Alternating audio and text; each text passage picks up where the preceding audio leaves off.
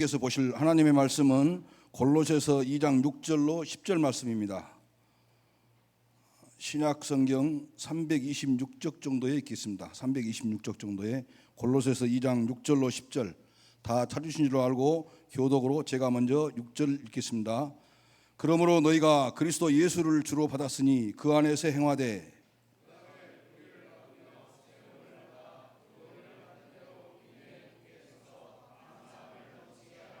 누가 철학과 헛된 속임수로 너희를 사로잡을까 주의하라. 이것은 사람의 전통과 세상의 초등학문을 따르며 그리스도를 따름이 아니니라.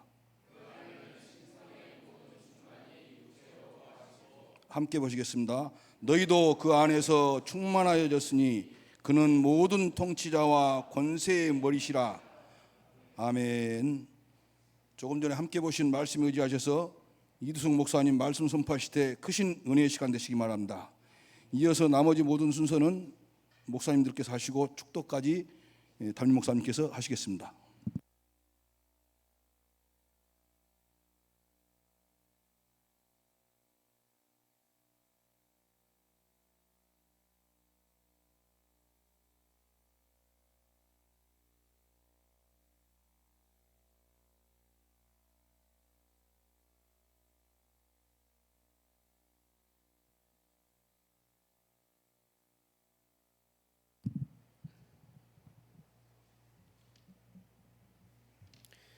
성찬 후 삶 첫 번째 설교 예수님으로 충만해진 교회라는 제목으로 말씀 전하도록 하겠습니다.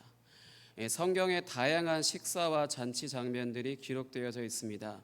몇 가지를 언급한다면 시내산에서 하나님과 이스라엘 백성들이 언약을 맺은 후에 함께 식사하는 장면이 있고요. 그 다음에 가나의 혼인잔치가 있고 그 다음에 예수님과 제자들의 유월절 식사 장면들이 있습니다. 이 외에도 다양한 식사 장면과 잔치들을 성경을 읽다 보면 발견할 수 있게 됩니다. 이러한 식사와 잔치는 왜 등장하는 것일까요? 일종의 먹방일까요?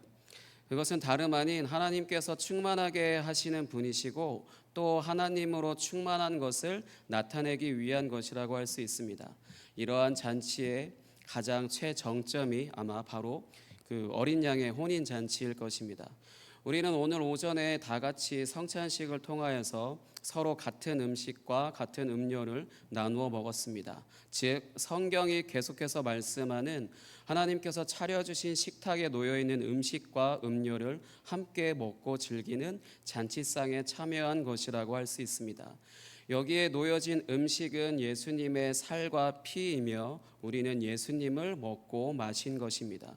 우리가 잔치집에 가면 어제도 저희 혼인 잔치집에 갔다 오셨잖아요. 그러니까 잔치집에 가면 음식을 배불리 먹고 이렇게 마시잖아요. 그러면 그 음식이 내 안에 이제 충만한 것으로 인하여서 기쁨을 느끼게 됩니다.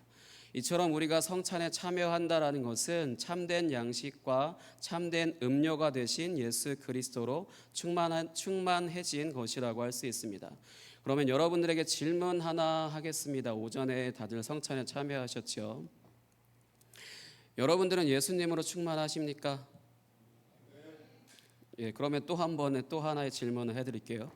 그러면 예수님으로 충만한 것은 뭐죠? 그러면 이제 구체적으로 예수님으로 충만한 것이 무엇인지 오늘 본문 말씀을 통하여 알아보도록 하겠습니다. 먼저 6절 말씀을 보도록 하겠습니다. 같이 읽겠습니다. 시작. 그러므로 너희가 그리스도 예수를 주로 받았으니 그 안에서 행하되. 아멘. 가장 먼저 그리스도 예수를 주로 받았다라고 말씀하고 있습니다. 여기서 주라고 하는 것은 단순히 주님을 표현하는 문구로 끝나는 것은 아니라고 할 수 있습니다. 여기서 말씀하는 주라고 하는 것을 이해하려면 구약으로 넘어가야 합니다. 그러니까 구약에서는 여호와 하나님을 우리가 보는 개역개정 성경에서는 정확하게 여호와라고 표기가 되어져 있지만 이스라엘 백성들은 여호와 또는 야훼 그런 단어를 쓰는 것을 이렇게 입으로 발음하는 것을 일종의 좀 불경스럽게 생각하는 것이 있어서 아도나이라고 이렇게 바꿔서 쓰고요. 그 다음에 또 그렇게 부릅니다. 그러니까 이것을 헬라어로는 퀴리오스라고 쓰기도 합니다. 이것이 한글로 바로 주입니다. 그렇기 때문에 지금 바울이 골로새 교인들에게 너희가 그리스도 예수를 주로 받았으니라고 말하는 것은, 너희가 그리스도 예수를 주님으로 고백하는 것은 그가 여호와임을 고백하는 것이다라고 말하는 것이라고 할 수 있습니다. 그렇습니다. 예수님께서 하나님의 아들이시지만 그렇다고 해서 구약의 하나님과는 독립적인 분이라는 것이 아니라 구약의 하나님께서 예수 그리스도와 함께 계시다라는 것입니다. 그렇기 때문에 하나님의 아들이라고 표현할 수 있는데요. 우리가 성부와 성자와 성령 하나님께서 삼위일체로 계시다라고 하는 것과 같다고 할 수 있을 것입니다.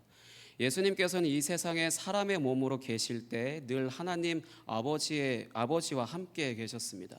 예수님은 단 한순간도 자신의 독자적인 뜻을 이루신 적이 없으시고요. 그리고 오직 하나님 아버지의 뜻을 행하셨습니다. 그럼 다 같이 요한복음 8장 28절과 29절 찾아서 읽도록 하겠습니다. 요한복음 8장 28절과 29절 앞에 스크린 보시면 될 것 같습니다. 같이 읽겠습니다. 시작. 이에 예수께서 이르시되 너희가 인자를 든 후에 내가 그인 줄을 알고 또 내가 스스로 아무것도 하지 아니하고 오직 아버지께서 가르치신 대로 이런 것을 말하는 줄도 알리라.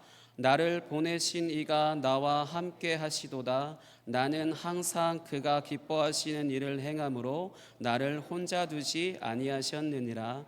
아멘. 예수님께서 이렇게 하나님 아버지가 자신과 함께 계시다고 이렇게 말씀하시는 것이 무엇을 의미하는지 말씀드리겠습니다. 그것은 바로 예수님께서 참 성전이시라는 것을 말씀하시고 계시는 것입니다. 구약의 하나님은 하늘에 계시지만 이스라엘 백성들이 지은 성전 안에 지성소라고 하는 곳에 언약궤를 두고 그곳에 하나님이 임재해 계신다라고 믿게 하심으로 이스라엘 백성들과 늘 동행하셨습니다. 이처럼 하나님께서 예수님의 몸 안에 계신 것입니다. 이것을 오늘 본문 말씀 9절에 보시면 그 안에는 신성의 모든 충만이 육체로 거하시고라고 기록되어져 있거든요. 같이 다시 한번 읽어보겠습니다. 9절입니다. 시작. 그 안에는 신성의 모든 충만이 육체로 거하시고. 아멘. 신성의 모든 충만이라고 하는 것은 하나님의 신성한 일부가 예수 그리스도 안에 충만하다라는 것이 아니라 하나님 그분 자체가 전부 예수 그리스도 안에 거한다라는 것입니다.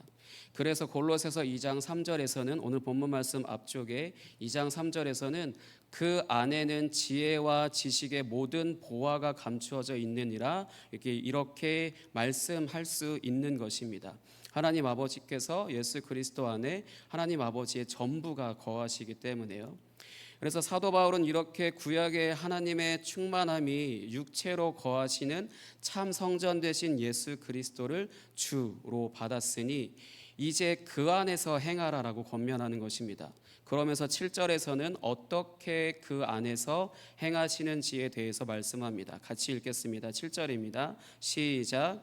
그 안에 뿌리를 박으며 세움을 받아 교훈을 받은 대로 믿음에 굳게 서서 감사함을 넘치게 하라. 아멘. 참 성전 되신 예수 그리스도 안에서 행하는 것의 가장 근본적인 기초가 바로 믿음인 것을 말씀하고 있습니다.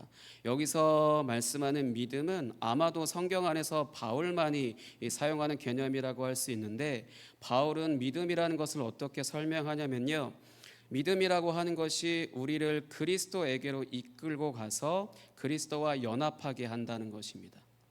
창세기에 하나님께서 여자를 창조하시고 아담에게 이끌어 오셔서 이제 한 몸이 되게 하셨다라고 하는 것을 생각하시면 됩니다. 여자를 창조하여 아담에게로 이끄신 것처럼 우리를 그리스도에게 이끌어 하나로 연합하게 하시는데, 성경에서는 주와 연합하는 자를 한 영이라고 부릅니다. 고린도전서 6장 17절입니다. 고린도전서 6장 17절 같이 읽겠습니다. 시작. 주와 합하는 자는 한 영이니라. 아멘. 이렇게 내가 그리스도와 연합했다는 믿음은 어떻게 가질 수 있을까요? 이러한 믿음은 어떻게 해야만 가질 수 있을까요? 방법이 없습니다. 그저 선물입니다.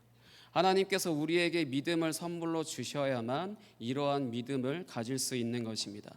믿음은 들음에서 난다고 하는 말씀처럼 복음을 듣게 될 때 성령을 우리에게 선물로 주셔서 우리의 마음에는 믿음이 생기게 되는 것이고 우리의 영은 그리스도와 연합이 일어나게 되는 것입니다.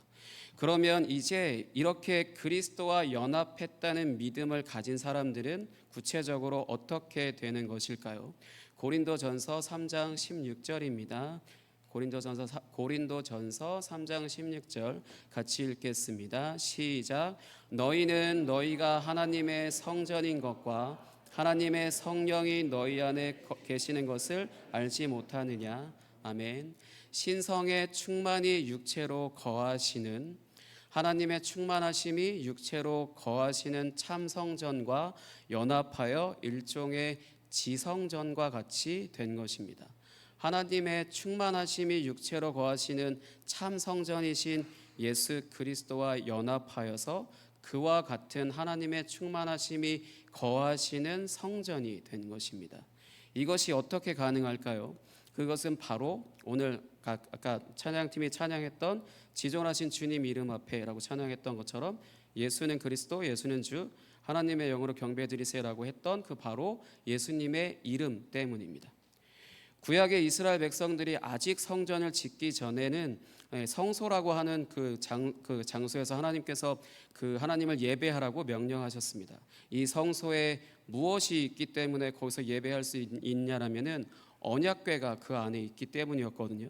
네, 그래서 언약궤를 두고 그곳에서 하나님을 예배하게 하신 것입니다. 그런데 언약궤는 몇 개죠? 한 번도 숫자를 세보신 적이 없으셔서 언약궤가 몇 개이죠? 예, 하나입니다. 절대적으로 하나일 수밖에 없고요. 혹시 두 개가 있다라면 둘 중에 하나는 복사본입니다. 언약궤가 단 하나잖아요. 단 하나라서 그곳에서밖에 예배할 수 없다라는 것인데, 근데 그러면 문제가 있어요. 그러면 예를 들어서 저희가 지금 거의 서울 공화국처럼 되어 가잖아요. 그래서 수도권 안에 이제 언약궤가 있는 성소가 하나가 있다라면은 거기가 참 성소이기 때문에 그곳에서만 예배를 해야 되잖아요. 그러면은 지방에 부산에서 사시는 분들이나 이런 분들은 어떻게 예배를 하죠? 계속해서 서울로 지금이야 KTX 타고 온다라고 하지만 그때 당시에는 이동편이 거의 전무하다시피 하기 때문에 걸어서 산을 넘고 이렇게 하셔야 되는데 그러면은 예배 한번 드리기 위해서는 일주일 그 이상을 허비할 수도 있고 사용할 수도 있잖아요. 근데 그런 문제가 이제 발생하기 때문에 하나님께서 어떤 방법을 두셨냐면은 바로 이제 그러니까 여호와의 이름을 두게 하셨습니다. 여호와의 이름을 두게 하셔서 그곳에서 이제 예배하게 하셨고 이제 그것으로 인해서 멀리 사는 그런 사람들에게 그냥 중앙에는 언약궤가 하나 있고요. 그래서 참 성소인 거고 그 외에 여호와의 이름을 둔 그곳에서 이제 예배하도록 허락을 하셨습니다. 신명기 14장 23절 보도록 하겠습니다. 신명기 14장 23절입니다. 신명기 14장 23절 같이 읽겠습니다. 시작. 내 하나님 여호와 앞 곧 여호와께서 그의 이름을 두시려고 택하신 곳에서 내 곡식과 포도주와 기름의 11조를 먹으며 또 내 소와 양의 처음 난 것을 먹고 내 하나님 여호와 경외하기를 항상 배울 것이니라. 아멘. 이렇게 해서 두세 사람이 내 이름으로 모인 곳에는 나도 그들 중에 있느니라라고 예수님께서 말씀하시는 것입니다. 그렇다고 해서 예수님께서 신성하신 것처럼 우리가 예수님처럼 그렇게 신성하게 또는 신령하게 되는 것은 아니지만 예수 그리스도의 이름을 가지고 있는 사람은 예수 그리스도 안에 있는 하나님의 충만하심이 있는 것처럼 우리 안에 하나님의 충만하심이 성령을 통하여서 이제 충만하게 거하시게 되었다라는 것입니다. 그러면 이렇게 충만하게 되어진 사람은 이제 어떤 고백을 할까요? 고린도후서 6장 9절에서 10절입니다. 고린도후서 6장 9절에서 10절 말씀. 고린도후서 6장 9절에서 10절 말씀입니다.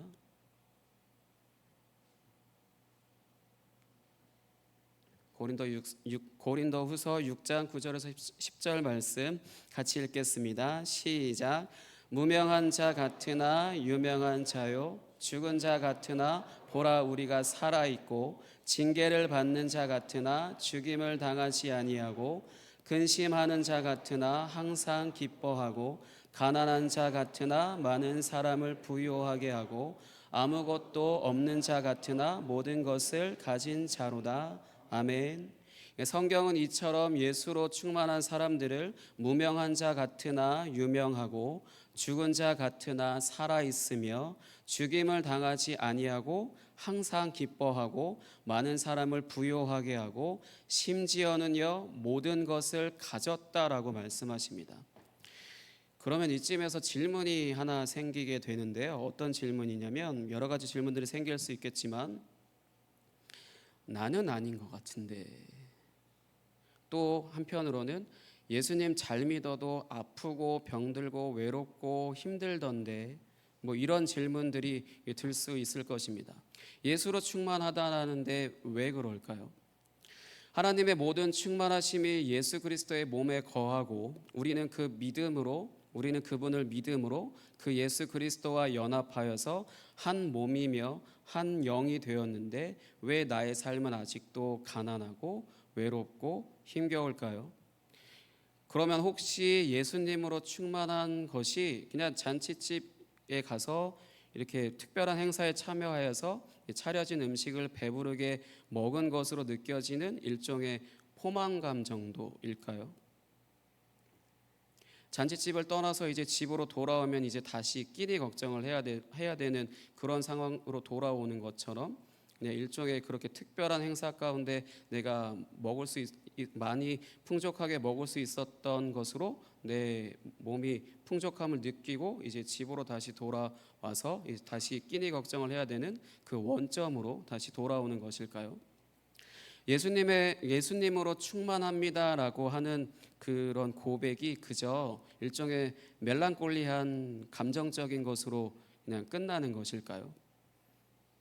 아니면 교회 안에서 그냥 예배를 드릴 때만 느낄 수 있는 그냥 어떤 특별한 그런 것일까요? 대답은 당연히 아니요입니다. 하나님의 모든 충만하심이 육체로 거하시는 참 성전이신 예수님과 연합하여 예수님으로 충만합니다라고 이렇게 고백하는 것이, 사실은 저희는 계속해서 내가 예수로 충만하다라고 이렇게 고백을 하잖아요.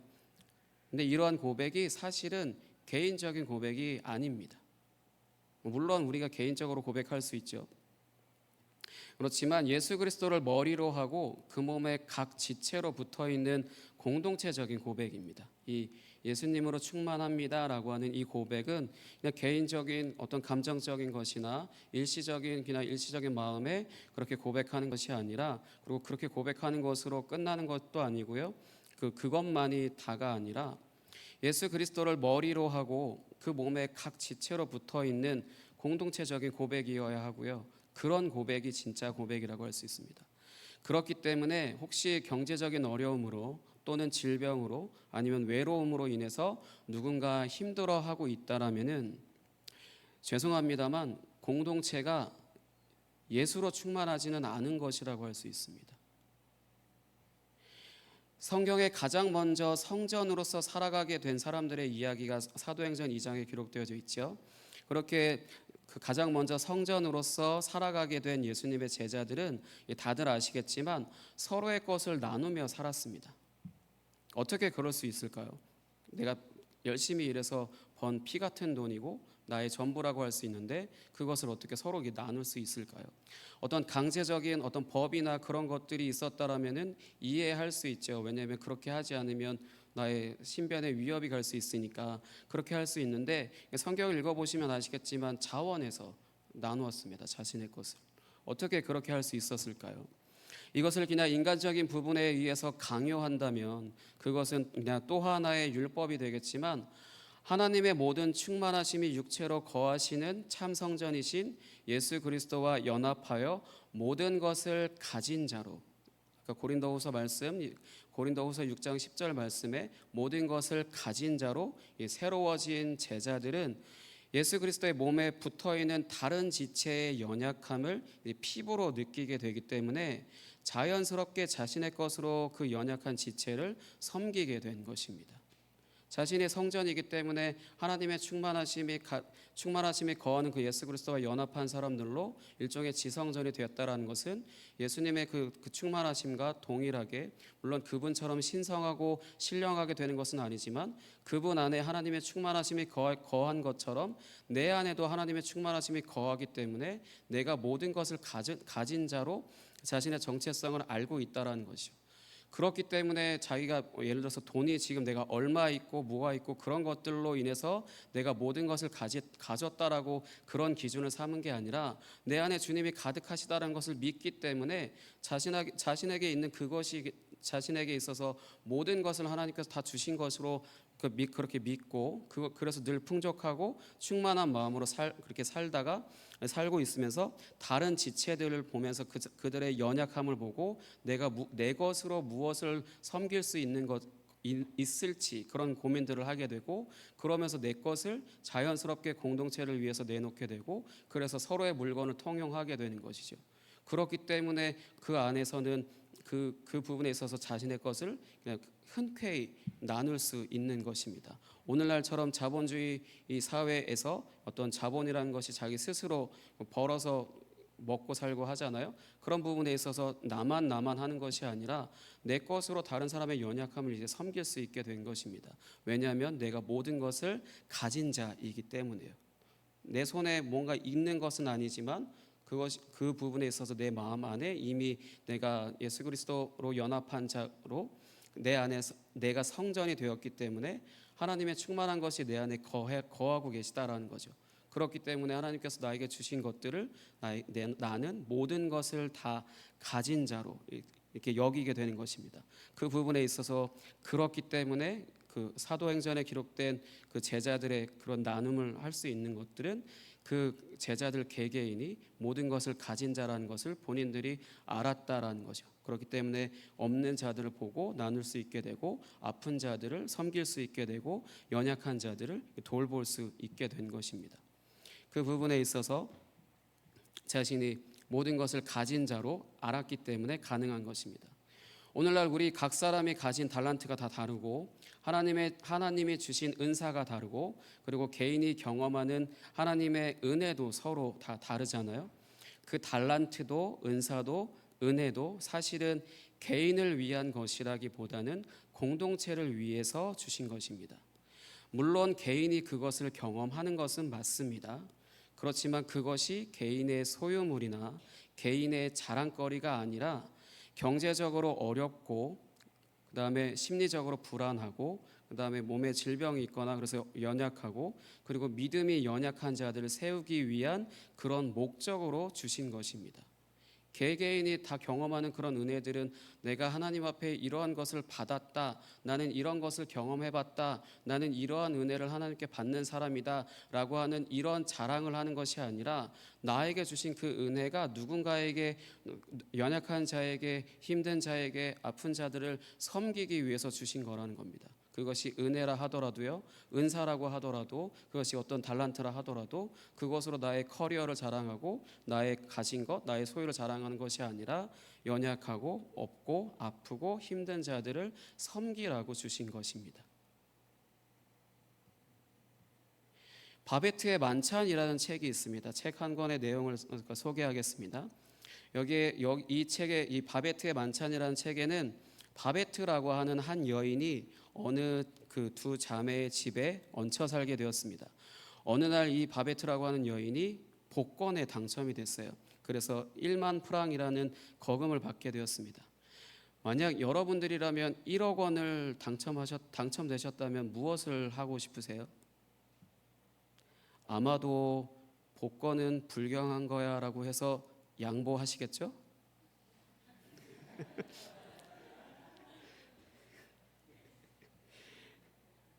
이 바베트라고 하는 이 여인은 이 당첨금을 수령하게 되고 난 그 돈을 가지고 자신이 살고 있는 마을 사람들에게 음식을 한번 대접하고 싶다고 해서 마을 사람들을 초대했습니다.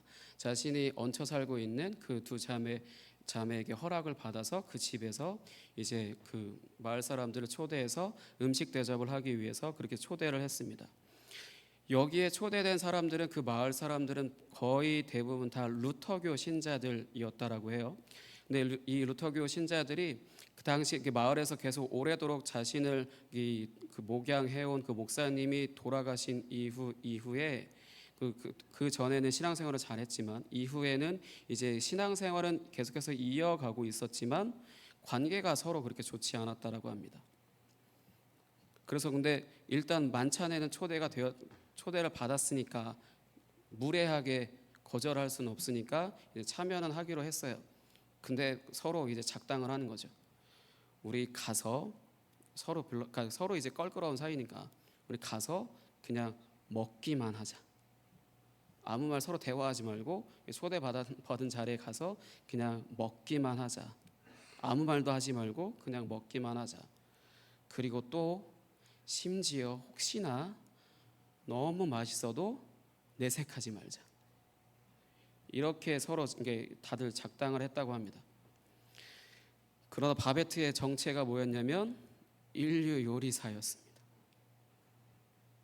그래서 생전 귀로만 들었던 잘 모르겠어요. 제가 음식을 대해서 잘 몰라서 그 생전에 귀로만 들어봤지 입으로는 먹어본 적 없는 음식들이 이제 등장을 하기 시작하는 거예요. 그래서 거기에서도 일단 놀라서 일단 그래 긴장을 하죠. 또 그 작당한 것들이 무너질 수 있잖아요. 그래서 긴장해서 이렇게 하나씩 먹는데 너무 맛있는 거죠. 그래서 이제 그 작당한 것이 무너져 내렸습니다. 서로 작당해서 이제 먹기만 하자, 맛있어도 내색하지 말자, 그냥 무표정으로 내색하지 말자 이랬는데 맛이 너무 맛있으니까 그 작당했던 것이 이제 무너져 내렸습니다. 그래서 그 만찬은 일종의 축제와도 같이 이렇게 진행되었습니다. 이 만찬이 진행되는 동안 마을 사람들의 굳어지고 얼어붙었던 마음이 이제 사르르르르르 녹아내릴 수밖에 없었겠죠. 너무 맛있으니까 입에서 저희가 맛있는 음식을 집어넣으면 입에서 그냥 녹아내린다 하잖아요. 그렇게 입에서 녹아내리는 것처럼 서로의 이제 얼어붙었고 굳어있던 마음이 이제 사르르르르르 녹았습니다. 이 바베트라는 여인이 자신의 전 재산을 다 들여서 1만 프랑을 당첨됐다 했잖아요. 그 어느 집에 얹혀 살았고, 그러니까 1만 프랑이 전 재산인데 그 전 재산을 다 들여서 그렇게 음식 만찬을 차려서 그렇게 마을 사람들 대접한 그런 희생의 결과였습니다. 이 책의 내용처럼 예수 그리스도의 희생으로 자신을 우리에게 온전히 내어주셔서 우리의 음식이 되심으로 인해 우리가 예수님을 먹고 마심으로 충만하게 되어서 이제 공동체로 예수 그리스도 안에서 한 몸이 되어 서로 붙어있는 지체로서 사는 이들에게 서로 기쁨이 충만하여서 서로에 대하여 이제 넉넉한 마음을 가지게 하신 것입니다. 우리에게 성찬을 허락하시고, 그러니까 우리를 대신하여 십자가에서 죽으시고, 그러면서 자신의 뭔가 살과 피를 다 내어주시고 자신의 모든 것을 내어주셨다라는 것은 우리를 구원하시기 위함도 있지만 공동체로서 모이는 그런 하나님의 자녀들에게 서로 이제 그 음식을 우리가 풍족하게 먹었을 때, 어제 저희 혼인잔치에 참여해서 식사하신 분들 풍족하게 드셨잖아요. 그래서 그 풍족하게 먹은 것으로 인해서 내 안에 기쁨이 가득하잖아요. 그 기쁨이 가득했을 때 옆 사람에 대해서 경계하나요? 내 음식 뺏어갈까봐 그렇게 경계하거나 하지 않죠. 왜냐하면 음식이 그만큼 차고 넘쳤으니까. 그러니까 그런 것처럼 예수님께서 우리의 음료가 되시고 음식이 되셔서 우리의 음식이 되어 주셨다라는 것은 우리가 서로 이제 넉넉한 마음을 가지고 살도록 그렇게 하신 것이라는 겁니다. 사랑하는 성도 여러분, 예수님의 충만하심이라는 것은 우리가 잔치에 참여하여 차려진 음식을 함께 먹으며 즐거워하는 것과 같이 공동체가 기쁨이 넘쳐서 서로에 대하여 넉넉한 마음을 가지고 서로의 연약함을 섬기며 살아가는 것이라는 것을 기억하시기 바랍니다. 우리의 계속되는 신앙의 여정 가운데 하나님이 나에게 주신 은혜, 나에게 주신 최고의 선물은 바로 교회 공동체 안에서 만나서 주님께서 다시 오시는 그날까지 함께 동행하는 바로 옆에 계신 성도님들이시라는 것을 기억하시기 바랍니다. 오늘 우리의 삶에 하나님의 충만하심이라는 것은 하늘에서 이제 신령한 것이 이렇게 내려오는 것처럼 그렇게 내려오는 것이 아니라 바로 함께 성찬을 먹고 마시면서 함께 예배하는 바로 여러분 옆에 앉아 계신 분들, 한번 옆 사람 한번 쳐다보실래요?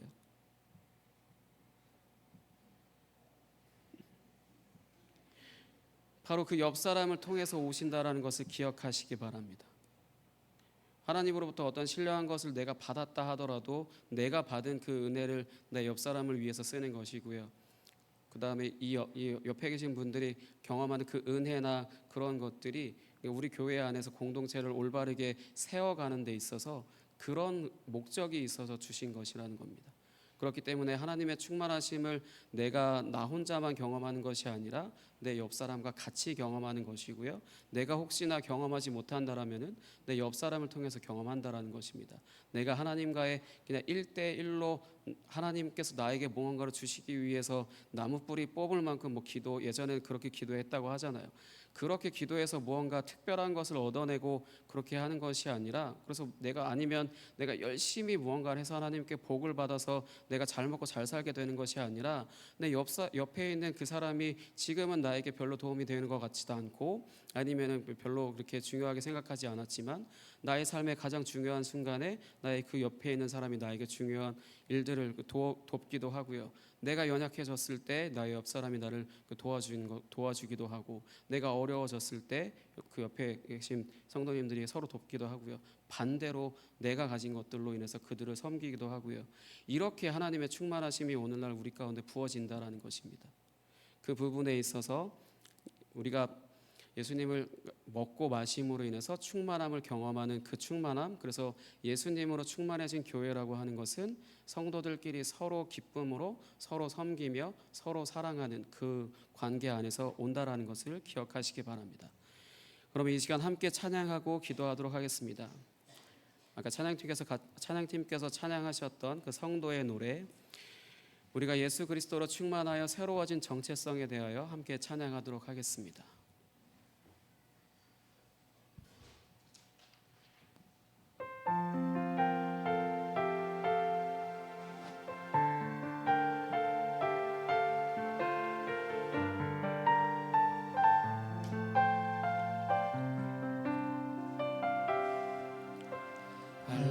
가난과 고난 수고로움 속에도 성도는 그 믿음을 지켰네. 주를 섬기는 일에 자신을 다 드리며 진리의 말씀과 성령으로 그 길을 걸었네. 환난 가난과 고난, 환난 가난과 고난 수고로움 속에도 성도는 그 믿음을 지켰네. 주를 섬기는 일에 자신을 다 드리며 진리의 말씀과 성령으로 그 길을 걸었네. 그리스도 안에서 새롭게 하시고 그리스도로 인하여 자유케 되었네. 우리는 무명하라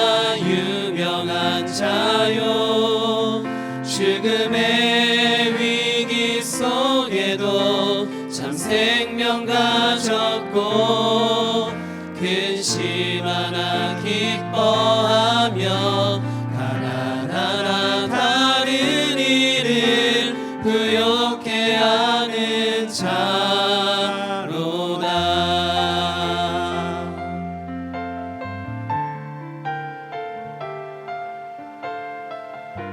다시 한번 함께 찬양하도록 하겠습니다. 환난, 가난과 고난, 환난 가난과 고난 수고로움 속에도 성도는 그 믿음을 지켰네. 주를 섬기는 일에 자신을 다 드리며 진리의 말씀과 성령으로 그 길을 걸어 다시 한번 환난, 가난과 고난, 환난 가난과 고난 수고로움 속에도 성도는 그 믿음을 지켰네. 주를 섬기는 일에 주를 섬기는 일에 자신을 다 드리며 진리의 말씀과 성령으로 그 길을 걸었네. 그리스도 안에서 그리스도 안에서 새롭게 하시 그리스도로 인하여 그리스도로 인하여 자유케 되었네. 우리는 무명하나 유명한 자요. 죽음의 위기 속에도 참 생명 가졌고 근심하나 기뻐하며 하나하나 다른 일을 부욕해 하는 자. 그리스도 안에서 그리스도 안에서 새롭게 하시고 그리스도로 인하여 자유케 되었네. 우리는 무명하나 유명한 자요. 죽음의 위기 속에도 참 생명 가졌고 근심하나 기뻐하며 하나하나 다른 일을 부욕해 하는 자. 우리는 무명하나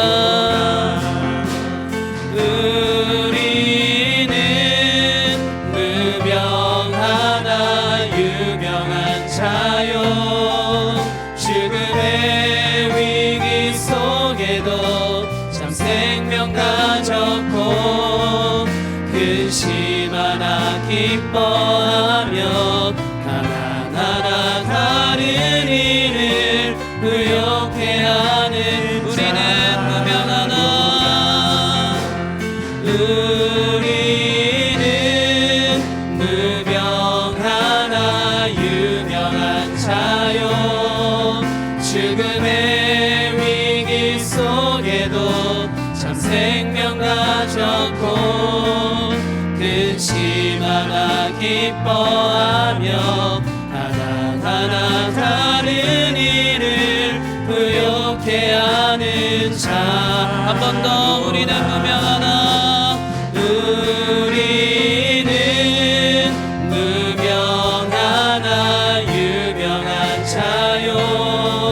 죽음의 위기 속에도 참 생명 가졌고 근심하나 기뻐하며 하나하나 다른 일을 부욕해 하는 자로다. 모든 것 가진 자로다. 모든 것 가진 자로 모든 것 가진 자로다. 모든 것 가진 자로다.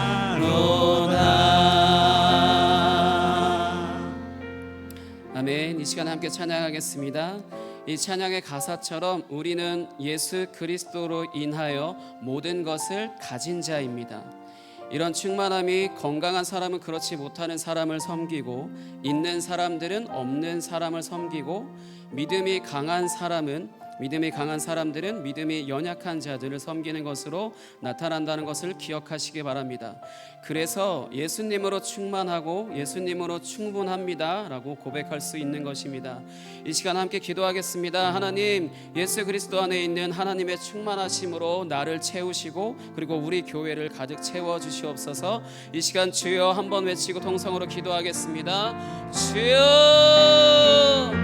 하나님 아버지 감사합니다. 주님의 사랑이 아버지 십자가의 죽으심으로 아버지 몸과 살을 아버지 피와 아버지 살과 피를 아버지 다 흘리시며 쪼개시고 아버지 그것으로 우리에게 성찬을 한 것으로 날마다 하나님의 말씀으로 우리에게 가득 채워주심으로 인해 우리가 하나님의 그 충만하심으로 아버지 가득한 예수 그리스도의 그 몸과 연합하여 아버지 참 성전이신 예수 그리스도와 연합하여 아버지 지성전으로서 주님을 섬기며 아버지 주님과 아버지 그 충만함과 동일한 은혜 가운데 아버지 우리를 거하게 하신 것 감사합니다. 내가 있는 것 아버지 내가 있는 것을 보게 하시고 내가 없는 것을 보지 않게 하시며 나에게 있는 것으로 말미암아 나는 주님 안에서 모든 것을 가진 자로 하나님의 충만하심이 내 안에 거하시는 그 성전으로서 살아가며 아버지 하나님의 모든 것을 아버지 가진 자로서 살아갈 수 있도록, 그래서 나의 삶 가운데 아버지 연약한 자들을 섬기며 아프고 아버지 병들고 힘들어하는 자들을 섬김으로 인해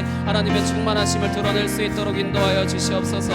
아버지 어느 개인의 아버지 그런 고백과 개인 것이 아니라 아버지 오직 그 은혜도 은사도 달란트도 오직 공동체를 위해 주님의 그 나라를 위해 주의 백성들을 위해서 사용되어지는 그런 것들이라는 것을 우리가 알게 하시고 그것으로 인하여 오직 주님만 아버지 홀로 영광 받으시며 날마다 예수 그리스도 그 거룩한 그 한 몸 대신 아버지 한 몸 대신 주님 가운데 아버지 머리 대신 주님으로 말미암아 아버지 그 안에 붙어 있는 지체로서 아버지 우리 각 사람이 살아감으로 인해 날마다 주님의 은혜를 경험하며 아버지 그 경험한 그 은혜들을 나눌 수 있도록 주님 인도하여 주시옵소서.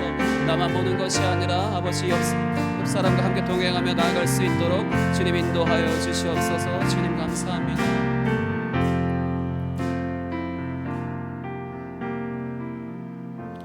하나님 아버지 감사합니다. 예수 그리스도를 믿음으로 그 성찬 가운데 참여함으로 인해 우리 안에 그 주님이 가득하심으로 충만하심으로 우리가 그리스도의 몸과 연합하여 참 성전 되신 주님과 연합하여서 우리도 역시 동일한 성전으로서 하나님의 충만하심이 거하는 그런 성전으로서 살아가게 하신 은혜를 감사합니다. 우리가 나에게 없는 것을 보지 않게 하시고 내 안에 주님께서 주신 것을 보게 하심으로 인해 그것으로 아버지 우리의 연약한 지체들을 아버지 힘들어하는 이들을 내가 아닌 다른 사람들을 아버지 섬기는 것으로 하나님의 충만하심이 그렇게 드러나게 하시고 그것으로 인하여 우리의 온 교회가 날마다 하나님의 그 충만하심으로 가득한 그리고 예수로 충만해진 그런 교회가 되어질 수 있도록 주님 인도하여 주시옵소서.